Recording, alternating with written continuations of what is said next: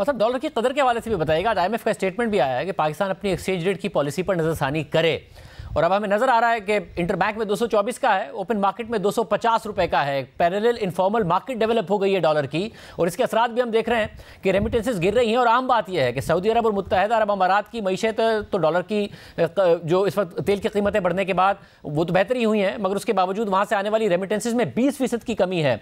हुंडी हवाला हम देख रहे हैं कि ज़्यादा परवान चढ़ रहा है। आपको लगता है वाकई इस पर नजरसानी करनी चाहिए, कोई अच्छी पॉलिसी नहीं है? देखिए, आप सऊदी अरेबिया में जो शरह-ए-नमू है इस क्वार्टर का तकरीबन 8.8% रहा है, इसलिए कि कीमतें तेल की बहुत ऊंची थी। रेमिटेंसेस की कमी इसलिए नहीं है कि रिसेशन है सऊदी अरेबिया में या यूएई में।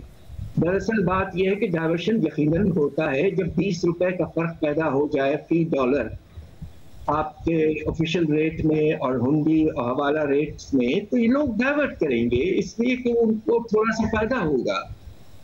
मैं ये समझता हूँ कि ये जो जैसे कहते हैं ना मैनेज्ड फ्लोट जो हम इस वक्त स्टेट बैंक चला रहा है कि हर रोज 5, 10, 12 पैसे कम करते हैं, ये नामुनासिब है। एक बिग मूव करना पड़ेगा तकरीबन 10% का, और ये गैप को नारो करें, इसलिए कि अब कुछ हद तक ये भी वाज़ेह हो रहा है ना सिर्फ रेमिटेंसेस डाइवर्ट हो रहे हैं बट एक्सपोर्ट्स, आपके बरामदात में भी डाइवर्शन का प्रोसेस शुरू हो चुका है।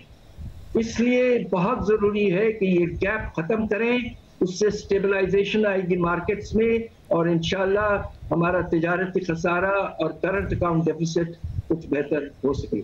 मगर इस सिनेरियो में वो महंगाई जो पहले ही अब साल का टारगेट 23% है, उसमें और ज़्यादा इजाफा नहीं होगा अगर रुपया मजीद गिरता है?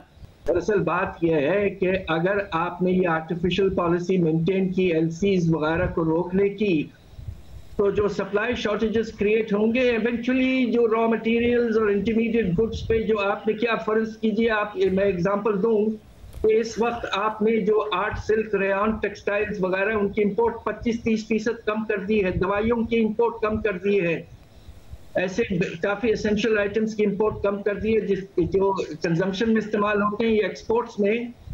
तो वक्त आने पर जो शॉर्टेजेस क्रिएट होंगे उसके नतीजे में भी तो इन्फ्लेशन होगा।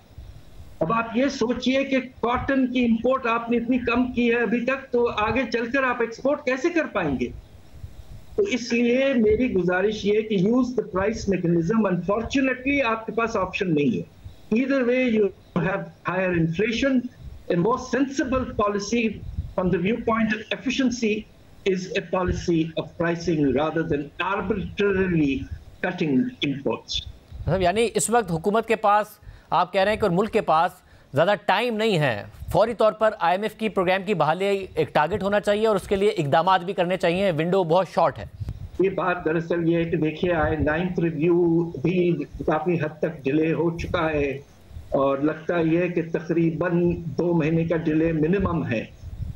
बात दरअसल ये है कि मुझे अफसोस से कहना पड़ता है कि पाकिस्तान की तारीख में अगरचे हमने 22 प्रोग्राम्स में गए हैं, तो ये प्रोग्राम की अहमियत सबसे ज़्यादा है, इसलिए कि माशी हालात बहुत हद से ज़्यादा खराब हैं और ख़तरा ज़रूर मौजूद है कि अगर बाहर से इनफ्लोज में इजाफा नहीं हुआ तो वक्त आने पर हमें कर्जों की वापसी में दिक्कत जरूर होगी, which will tantamount to a default situation.